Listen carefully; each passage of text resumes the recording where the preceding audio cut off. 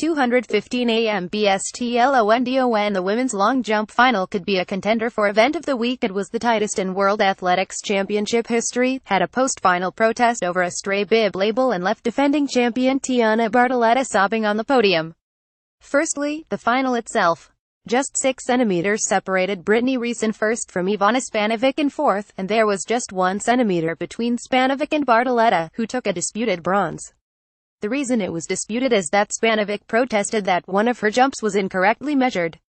Although she leapt beyond the winning distance of 7.02 meters, Spanovic's name label pinned to her vest made an indentation further back in the sand. That was the point which officials measured from, and Spanovic missed out. Arguably, all 3 of the medalists could have ended up moving back a spot had the protest been successful, but it was Bartoletta who was most visibly affected during the medal ceremony, trying to smile and fight back tears. "It's been a rocky year for me in my personal life, and I'm proud of how far I've come. I still need to process my emotions," she explained afterward. John recovering after crashing fall. Deborah John suffered a frightening fall in the 100-meter hurdles heats in Friday's morning session at the World Athletics Championships. Glencirk FPGT images. The Friday morning session at the World Athletics Championships was brought to a standstill by a crashing fall in the women's 100-meter hurdles. Running in the final heat, Deborah John of Trinidad Tobago appeared to hurt herself after the 4th hurdle and, in trying to leap the 5th, came crashing down through the barrier. She was down on the track for 10 minutes as medical staff attended to her, paying particular attention to her neck before being wheeled away on a stretcher.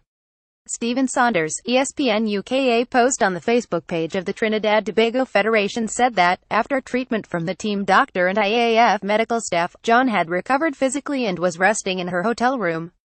Home field disadvantage. Robbie Grabars is a former bronze medalist in this very stadium, having finished 3rd in the high jump at the 2012 Olympics, but even that level of experience does not necessarily give you a head start on the field.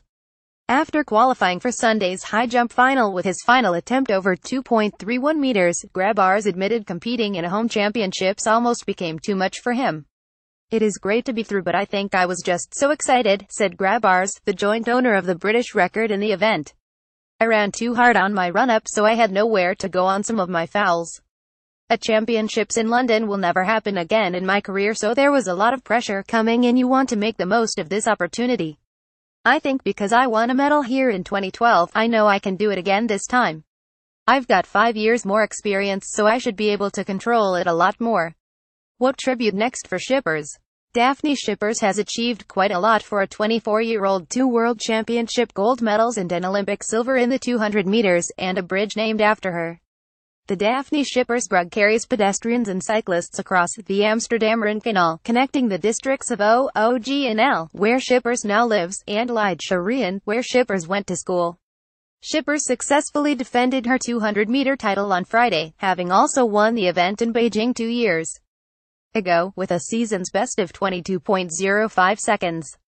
Goodness knows what it might do for her fame in the Netherlands if her previous gold medal is any barometer. "After Beijing, when I walked on the streets, there were a lot of people asking for autographs, pictures on the streets," she said in her post-race news conference. "It was harder to deal with it, but in fact it is cool because I did a great job. And to have a bridge, which is the most important bridge in our country, that is special to have my name on that.